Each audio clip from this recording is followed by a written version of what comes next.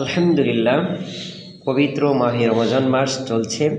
আসেন আমরা জেনে নেই কী কী কারণে রোজা ভঙ্গ হয়। সারাদিন রোজা রাখার পরে যদি রোজা ভঙ্গের কারণই না জানি তাহলে কেমন হবে। আসেন আমরা জেনে নেই।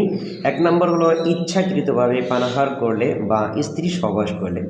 2 নম্বর হচ্ছে নাকে কানে তেল বা ওষুধ প্রবেশ করালে। 3 নম্বর হলো নেশা গ্রহণ করলে।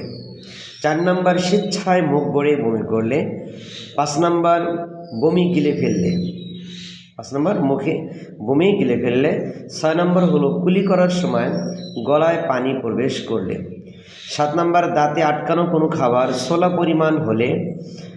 8 নম্বর হলো মুখে পান রেখে ঘুমালে। অনেকে মুখে পান রেখে ঘুমিয়ে যায়, ওই মুখের পানির স্বাদটা পরে খেয়ে ফেলে। জবাব 9 নম্বর হচ্ছে সুবে সাদিকের পরে সাহারি পান করলে, সাহারি খেলে। 10 নম্বর সূর্যাস্তের পূর্বে ইফতার করলে। আশা করছি সবাই বুঝতে পারছি। সাথে থাকবেন ইনশাআল্লাহ। সবাই ভালো থাকবেন।